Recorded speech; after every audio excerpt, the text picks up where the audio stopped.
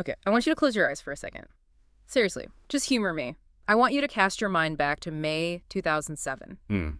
You're in a movie theater, the lights go down, Pirates of the Caribbean at World's End starts playing.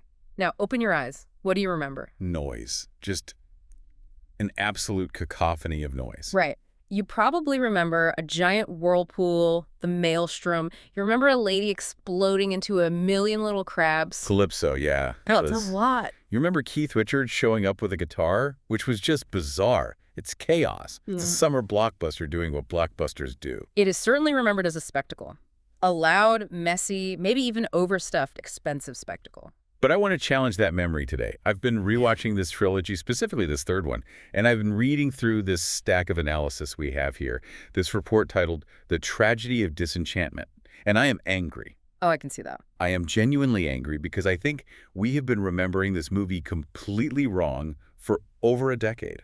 It's a common trap with these big films, isn't it? The spectacle overshadows the substance, and this film has a deep, almost melancholic substance to it. Melancholic is a good word. I'd call it a funeral. It's not an adventure. It is a tragedy about the death of freedom, the death of magic, and the absolute, unquestionable triumph of the most boring, terrifying force on Earth. And that is where we have to start, because if you ask someone who the villain of At World's End is, what do they say?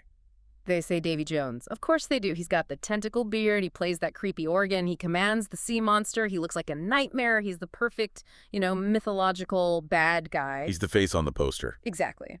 But he is not the villain. Not in this film. He's something much sadder. He's a victim, in a way. An enslaved force of nature. The real villain is Lord Cutler Beckett. A short, pale man in a powdered wig who probably couldn't lift a sword if his life depended on it. And here's the hot take to start us off. Beckett represents the single scariest thing in human history. And it's not a demon or a monster. No, he isn't a warlord. He isn't a dark wizard. He is a CEO. He is the embodiment of the corporation with a capital C. He's the man in the boardroom. And that is what we are deep diving into today. We are looking at World's End, not as a popcorn flick, but as a historical allegory for the birth of the modern world. And let me tell you, once you see it this way, you cannot unsee it. This report we're working from, it argues that Beckett represents a force that is way more destructive than a Kraken ever could be. He represents a corporation with a standing army. Which was a very real thing. A terrifyingly real thing. And his goal isn't to rule the world in a theatrical, kneel before me kind of way. His goal is to make the world boring. Predictable. Yes. Calculated, tame, and above all else, profitable. Exactly. So our mission today is to unpack this idea of the tragedy of disenchantment. We are going to look at how this movie depicts the death of what the source calls the mythological age, a time where there are monsters and ghosts and mystery in the world, and the violent, bloody birth of the industrial age. And to do that properly, we have to talk about Max Weber. I knew it. I knew we were going there. We're dropping German sociology names 5 minutes in. But it's necessary, right? It's the key that unlocks the whole thing. It is absolutely essential. Max Weber was a German sociologist, one of the founders of the field, and he coined this incredible term, Entzauberung der Welt. Which translates to... the disenchantment of the world. It sounds like a fantasy novel title. It does, but it's a deeply pessimistic concept. Weber used it to describe the transition from a traditional pre-modern society to our modern one. In the traditional world, the world of the pirates people believed that the world was governed by mysterious, magical, or supernatural forces. There was a sense of awe, of wonder, even of terror. The world was spooky. It had dragons on the edge of the map. It had curses and sea goddesses and ghosts. You didn't understand everything, and that was part of the experience. Precisely. But the modern world, the industrial world, is characterized by rationalization. It is the belief that everything can be explained by science, calculated by math, and controlled by bureaucracy. So disenchantment is the process of stripping the magic out of the world. To make it efficient, to make it knowable. It's the replacement of mystery with administration. And that is exactly what Lord Beckett is doing. He is the agent of disenchantment. He's looking at this world of zombies and sea goddesses and immortal pirates and saying, how do I put this on a spreadsheet? How do I quantify this? And if it can't be quantified, it must be eliminated. Which is why this deep dive is going to be a bit of a downer, maybe. We are not just talking about a movie plot. We are talking about a eulogy for the unknown. We are watching the moment where the world got small. It's a sad story, even with all the explosions. So let's get into the belly of the beast. Part 1, the Leviathan of capital, we have to talk about the East India Trading Company.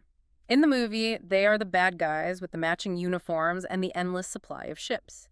But this isn't just made up for Hollywood, is it? No, and that is what makes it so genuinely terrifying. The EITC in the film is a fictionalized version, of course, but it is heavily, heavily based on the real British East India Company.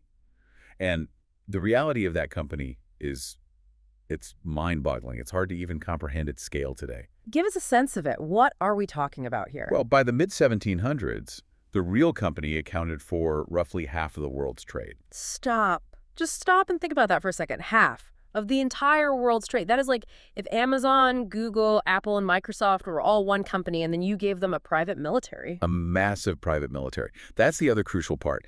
At their height, their private army was twice the size of the British Royal Army. Twice the size of the national army. A corporation had a bigger army than its own country. That's insane. They effectively ruled large swaths of India. They didn't just trade, they governed. They minted their own coins, they had their own legal systems, and they had the explicit power from the crown to wage war. They were a corporate state. And that distinction is so critical in the film. When we see the Royal Navy in the first movie, led by Commodore Norrington, they fight for king and country. That's a feudal concept, right? It's about loyalty, honor, glory. Norrington is pompous and annoying, but he has a code. He believes in something bigger than himself. It's a national, almost a romantic ideal. But the East India Trading Company, they do not fight for a king, they fight for the ledger. Their god is profit. Beckett doesn't care about national honor. I doubt he even cares much about England. He cares about quarterly earnings and shareholder value. And that completely shifts the whole dynamic of the villain. This is what our source material calls the philosophy of standardization. And I found this part fascinating because it gets to Beckett's psychology. He doesn't hate pirates because he thinks stealing is morally wrong. I mean, his company steals entire countries. He has no moral high ground. Not in the slightest. He doesn't hate them for moral reasons. He hates them because they are, in his words, anomalies. Anomalies. That's such a cold, sterile word for a human being. It's like a bug in a piece of software. But to Beckett, that is all they are. Think about a complex math equation. If you are trying to balance the global shipping lanes to maximize profit, you cannot have variables you don't understand. Pirates are erratic. They are unpredictable. They don't pay taxes. They don't follow shipping lanes. They don't respect borders on a map. They are a rounding error he can't get rid of. So his goal is to wipe them out, not to punish them for their sins, but to fix his math, to make the world neat and tidy. He wants to solve the equation of the world. And there's a specific visual in the movie that the source material points out. The map in Beckett's office. You know the one. It's a massive one. It takes up the whole wall behind his desk. Yeah, he's always just staring at it. Look closely at it next time you watch. It represents the war on terra incognita. In the old world, maps had blank spaces. They had drawings of sea monsters and warnings that said, "Here there be dragons." Which is awesome. It is. Those blank spaces represented the unknown, the mystery, the potential for adventure. They were the places where Jack Sparrow could hide, the places where the rules didn't apply. Exactly. But Beckett's goal, his entire life's purpose, is to replace terra incognita with a grid. He wants a world where every single inch of the ocean is cataloged, claimed, and owned. He wants to replace the unknown with the known. It's total standardization. He wants to turn the Caribbean into a parking lot with designated lanes and permits. It's like he's trying to exterminate cognitive dissonance. If something exists that he can't explain or control, his reaction isn't, "Wow, that's amazing." His reaction is, "Delete it." Because the paranormal, or the mysterious, is bad for business. It introduces risk. And the modern corporation is an engine designed specifically to eliminate risk. Magic is the ultimate risk. Which brings us to his catchphrase. And honestly, I think it might be one of the most evil lines in cinema history, precisely because it sounds so harmless. It's just good business. That phrase is the heartbeat of the film's tragedy. It's the justification for everything. It's such a deflection, isn't it? Yeah. He uses it to justify hanging people by the dozens. He uses it to justify blowing up ships and destroying livelihoods. It's the sterile shield he puts up. Don't look at me, I'm not a monster, I'm just balancing the books. The source material connects this directly to the philosopher Hannah Arendt and her concept of the banality of evil. Okay, let's unpack that. Banality of evil. Exactly. It sounds like a contradiction. Evil is supposed to be dramatic, right? Evil is supposed to be a guy in a dark cloak laughing maniacally while lightning strikes in the background. That is mythological evil. That is Sauron, or Emperor Palpatine, a villain who loves being bad, who gets some kind of sadistic pleasure from it. But Arendt argued that in the modern bureaucratic world, the most profound evil often isn't passionate. It's boring. It's mundane. Paperwork. It's paperwork. She coined the term when she was covering the trial of Adolf Eichmann, a Nazi bureaucrat who organized the transportation of millions to the death camps. And she has this horrifying realization. He wasn't a frothing, sadistic monster. He was a terrifyingly average man, a nobody. His main concern was following the rules and being efficient at his job. That is Beckett to a T. He never raises his voice. He never gets angry. He signs a death warrant with the exact same emotion as signing a receipt for a shipment of tea. It's just another task on his to-do list. Precisely. He has completely detached the action from its morality. He's operating purely on a framework of bureaucratic efficiency. And if you look at the opening scene of At World's End, my God, it is one of the darkest openings to a Disney movie ever made. Oh, it's brutal. The mass hanging. They're rounding up anyone even remotely associated with piracy. And it's not just the captains and the fighters. It's the people who served them drinks. It's the people who bought goods from them. Yeah. It's a purge of an entire economic ecosystem. Okay. That's the part that sticks with you, isn't it? The cabin boy. He can't be more than, 10 years old. And he's standing on a bucket with a noose around his neck. And Beckett ordered that. He looked at that situation and said, yes, that is the logical course of action. And here's the terrifying logic from Beckett's point of view. To him, that child isn't a child. That child is an anomaly. That child is a loose end. If the child disrupts the established order of trade, then the child must be removed. It is simply inventory management. Humanity as inventory, that makes my skin crawl. It's the ultimate dehumanization. Yes. And the source material highlights a specific detail about Beckett's past and his view on slavery. In the deeper lore of the series, it's mentioned that he views the slave trade as unpleasant, but extremely lucrative. God. That sums him up right there in one phrase. He acknowledges it's unpleasant. He's not a sadist. He doesn't enjoy the suffering itself, but the lucrative part overrides the human misery. The profit margin justifies the atrocity. It creates a clear hierarchy of values. In Beckett's worldview, and by extension the worldview of the encroaching industrial age, social justice is secondary to shareholder value. Morality is liability. If something makes money, it is rational. If something loses money, it is irrational. And you do not need to be a cruel man to destroy lives. You just need to be an efficient one. That is such a profoundly depressing thought. But it sets up the stakes of the movie perfectly. This isn't a fight for treasure anymore. It's a fight for the right to exist as a human being and not as a number on a page. And it is a fight that, from the very beginning, is being lost. Which brings us to what I believe is the most heartbreaking symbol in the entire trilogy. The Kraken. The Kraken on the beach. I remember watching this for the first time in the previous movie, Dead Man's Chest. The Kraken is this unstoppable force of nature. It's Lovecraftian. It's terrifying. It eats ships whole. It's the ultimate monster from the deep. It represents the awesome, terrible power of the unknown ocean. And then At World's End, we see it again. But it's not fighting. It's not roaring. It's just meat. It's a giant, rotting pile of flesh on a black sand beach. It's pathetic. It is, in my opinion, the most significant and profound image in the entire franchise. Why? Why does a dead monster hit so hard? I mean, on the surface, shouldn't we be happy it's dead? It ate a lot of people, including Jack Sparrow for a bit. Because of how it died. If the Royal Navy had hunted it down, if there had been a grand Moby Dick-style battle where 50 ships fired cannons at it for a day and it went down fighting, that would be a mythic death. That would be a legend you'd sing songs about. Right. The beast slain by the hero. That's a story. That's St. George and the Dragon. It honors the monster in a way. But that isn't what happened. There was no battle. There was no glory. Beckett, using his control over Davy Jones, ordered him to kill it. He ordered the monster to beach itself and suffocate. It was an ordered suicide. He commanded it to just lay down and die because it was inconvenient. It was bad for shipping. Yeah. Exactly. The East India Trading Company didn't fear the Kraken because it was a monster. They didn't fear its teeth or its tentacles. They feared it because it was a loose cannon. It was a variable they could not control. You cannot build a standardized, predictable trade route if a giant squid might randomly eat your inventory. So they didn't slay the dragon. They downsized it. They put it out of commission. It's the corporate equivalent of firing an employee who is too unpredictable, too creative. It is the industrialization of the ocean. The source material calls it the death of magic, and that's exactly what it is.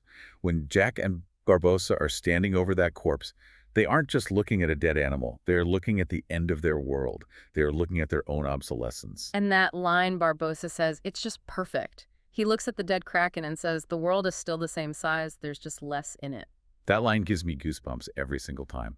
It's the thesis of the whole movie. What does that actually mean to you? There's just less in it. Break that down. It goes right back to Weber's Disenchantment. As we explain the world, as we map it and control it and kill the monsters, we diminish the world's sublime nature.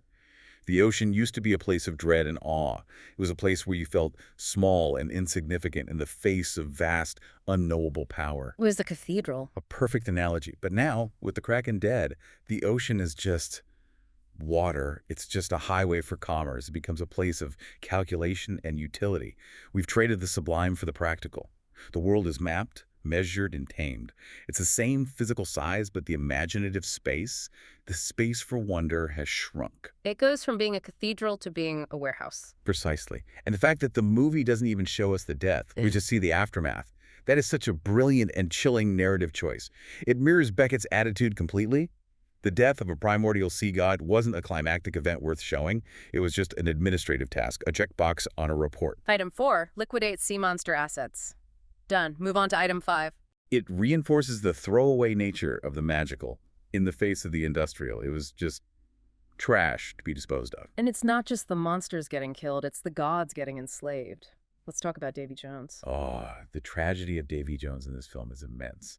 He goes from being a force of nature to something else entirely. In the second movie, he's the main villain, but he's a tragic villain, you know? He's got the heartbreak over Calypso, the organ playing, the whole gothic vibe. He has pathos. But at World's End, he's just pathetic. And I don't mean that as an insult to the character, but his situation is pathetic. He's been reduced to a corporate asset. His power has been commodified. Imagine being the Grim Reaper of the seas. Your sacred duty is to ferry the souls of those who die at sea to the afterlife. You control the winds, the waves. You are a force of nature. And then a guy in a powdered wig shows up with a box and says, you work for me now. It is literally putting nature on a payroll. Beckett possesses the heart of Davy Jones, which gives him leverage. And so now, the Flying Dutchman, this ghost ship that is supposed to be a myth, a terrifying legend whispered by sailors, is leading a corporate armada. It's so visually wrong to see the Dutchman sailing in formation with regular British ships. It looks unnatural. You have these clean, painted, standardized ships of the line, and right in the middle is this rotting, barnacle-covered nightmare from the depths. That is the whole point. It is the weaponization of the supernatural. Beckett isn't trying to destroy the Dutchman. He's trying to use it. He uses the ghost ship to destroy his competitors. He uses it to enforce monopolies. He's taken a piece of folklore and turned it into a tool for market domination. There's that scene where Beckett is ordering Jones around and Jones is furious, spitting mad, a literal god raging, and Beckett just looks bored. He looks at this squid-faced deity and treats him like a flustered middle manager who missed a quarterly deadline. It is a deeply humiliating dynamic. The source material draws a very strong connection here to the Frankfurt School philosophers like Theodor Adorno and Max Horkheimer. They wrote about the rational domination of nature. Break that down for us. What does rational domination mean in this context? Well, the idea is that the Enlightenment, the rise of science and reason, had a dark side. It led humanity to believe that we are the absolute masters of nature. The more we understand how nature works through science, the more we feel entitled to enslave it for our own purposes.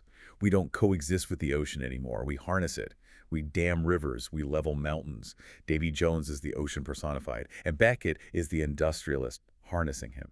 There's that line Beckett says to Jones. Jones screams something about his sacred duty to the dead, and Beckett just calmly replies, the immaterial has become immaterial. That is a devastating line, a cruel little pun. Immaterial, as in spiritual or non-physical, has become immaterial, as in irrelevant. Beckett is explicitly stating the New World Order. Spiritual duties, cosmic balance, ferrying souls, none of that matters. The only thing that matters is physical power and profit. It's the bureaucratization of the afterlife itself. Even death isn't sacred anymore. It's just another sector of the economy to be managed and optimized for efficiency. And this leads to a total inversion of the Flying Dutchman's original purpose. It was meant to be a ferry for souls, a religious function, essentially. Under Beckett, it becomes a tool of war. The sacred is made profane for the sake of commerce. So, okay, let's recap. We have the corporation personified by Beckett. We have the death of magic symbolized by the Kraken. And we have enslaved nature in the form of Davy Jones. It's looking pretty bleak. But there is one glitch in the system. One guy who just refuses to fit into the spreadsheet. Captain Jack Sparrow. The last anarchist. The glorious anomaly. I feel like Jack gets a bad rap sometimes, especially in the later movies, as just the comic relief. He runs funny, he slurs his words, he's always looking for rum. But in this specific framework, this struggle against disenchantment Jack is actually the hero of the story. He is the resistance. Yeah. Well, not a military resistance, not really. He is an ideological resistance, a philosophical one. Why does Beckett hate Jack so much? I mean, he hates all pirates, but he seems to have this special personal annoyance reserved for Jack. Because Jack represents the anomaly in its purest, most chaotic form. Beckett wants the map. He wants the grid, the predictable lines of longitude and latitude. Jack wants the horizon. Bring me that horizon. That's his famous line, isn't it? It's his entire philosophy in 4 words. Beckett views the world as finite a pie to be carved up and owned. Jack views the world as infinite, a place for absurd adventure and endless possibility. Jack is anarcho-libertarianism incarnate. He wants to be left alone to be free. And he survives because he's fundamentally irrational. Yes. That is the Looney Tunes logic that the source material talks about. You cannot calculate the actions of a madman. Beckett builds this perfect machine of logic and prediction, but Jack breaks it by refusing to act logically. He hallucinates. He talks to peanuts. He betrays people and then saves them 5 minutes later. He breaks the machine of calculation because he is a creature of pure impulse. There is a detail in the source material that I absolutely love, and I think a lot of people miss it in the lore of the films. It's about the P brand. Yes. The backstory. It's so important. So we see the P burned onto Jack's wrist, and the obvious assumption is, oh, P for pirate. He stole stuff, he got caught, he was branded. But the backstory of why he got that brand is crucial to understanding his entire character. It changes everything about how you see him.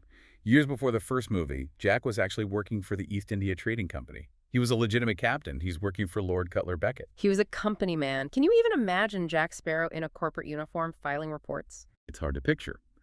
But the turning point, the moment he became a pirate, came when Beckett gave him a specific cargo to transport. It wasn't spices or gold or textiles. It was a cargo of 100 slaves. And this is where the character of Jack Sparrow is truly defined. He looked at the manifest, he looked at the human beings in the hold, and he said, no. He didn't just say no. He couldn't live with it. He hijacked the ship he was given, the Wicked Wench, and he liberated them. He set them free on an island. And for that act of compassion, Beckett branded him a pirate and sank his ship. That ship, the Wicked Wench, was later raised from the depths by Davy Jones to become the Black Pearl. So think about what that means. The P on his wrist isn't a mark of greed. It isn't a mark of crime in the way Beckett understands it. It is a mark of humanitarianism. It's a scar he received for choosing morality over profit. He was branded a criminal because he refused to treat people as cargo. Exactly. His entire core philosophy is summed up in that one idea. People aren't cargo, mate. This proves that the EITC represents what we call bureaucratic evil. To them, Jack's act of human decency was a breach of contract. It was lost revenue. So becoming a pirate was the only moral choice left for him. That makes him so much more than just a drink, charming rogue seeking treasure. Yeah. He's walking around with a brand that says, I refuse to participate in your dehumanizing system. And that is why he and Beckett are perfect fundamental opposites. Beckett sees a human being and sees a number on a ledger. Jack sees a human being and sees, well, a potential drinking buddy, or a problem to be solved, or a friend to be betrayed and then saved, but definitely not a number. So we have this collision course set up, the unstoppable force of logic, which is Beckett, versus the immovable object of absurdity, which is Jack. And it all culminates in the Maelstrom battle. The Maelstrom, a giant whirlpool. It is chaos manifest, a perfect symbol for the pirate's world. It's the perfect setting, isn't it? The ocean is literally spiraling out of control. It's the anti-grid. And in the end, against all odds, the pirates win the battle. They flank Beckett's flagship, the Endeavor. They blow it to splinters. And Beckett, he just stands there. That death scene is fascinating. Beckett doesn't fight back. He doesn't scream or cry. He just descends the stairs of his ship in a daze, while his world explodes in slow motion around him. He's paralyzed. He is paralyzed by the irrational. The pirates did something his equation said was impossible. They worked together. They fought back against overwhelming odds. And his mind His perfectly logical, calculated mind simply cannot process the failure of his system. So he shuts down, the machine breaks. And then he explodes. And we cheer in the theater. The bad guy is dead. The EITC flagship is defeated. The pirates yell, hooray, it's a happy ending. Here comes the butt. Here comes the tragedy. It feels like a victory in the moment. It's a cathartic moment of violence. Yeah. But if you look at the ending of the film, the actual resolution for our characters, is it a victory? The outline nails it. It says, the pirates won the battle, but they lost the war. Look at the map. The map is filled in. The blank spaces are gone. Beckett is dead, yes.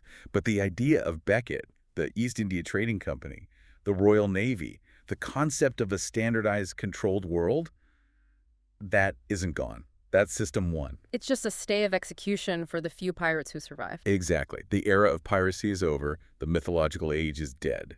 And look at what happens to the main characters. This is where it gets really profoundly sad. Let's start with Will Turner. He stabs the heart of Davy Jones. He becomes the new captain of the Flying Dutchman. And on the surface, that sounds like a promotion. But is that a victory for him? I mean, he doesn't die, but he's bound to the ship, part of the crew. He can only come ashore one day every 10 years. He's trapped. He becomes a cosmic bureaucrat. He loses his freedom entirely. He is bound by a contract, a set of rules. He has to do a job ferrying souls on a strict schedule. He is functionally immortal, but he has no liberty. That's terrifyingly rigid. It's a work schedule. He's got the worst shift work in history. It mirrors the civilizing influence of industrial time. He isn't sailing the seas freely anymore. He is punching a cosmic clock for eternity. He has become part of the very system of rules and duties he was fighting against. Elizabeth. She chooses a life on land. She chooses civilization. She stands on the shore and waits. She raises a child within the bounds of society. She leaves the sea, the world of freedom and chaos, behind her. And then there's Jack, the last shot of him. He's lost the Black Pearl again. He's in a tiny dinghy. He's got his compass and a map, and he's sailing off by himself. But look at what he is looking for on that map. The Fountain of Youth. Immortality. But a very specific kind of immortality. A magical kind. He rejected the Flying Dutchman. He had the chance to stab the heart, but he let Will do it. He rejected the bureaucratic immortality that came with the job. He wants natural immortality. He wants magic in a world that's running out of it. He's chasing a fairy tale. He is chasing a ghost. He is trying to stay relevant in a world that no longer believes in him or what he represents. He is sailing toward a place that might not even exist, because the rest of the world has been measured, mapped, and sold. He's desperately trying to find the last corner of the map that hasn't been filled in yet. And that is the ultimate tragedy.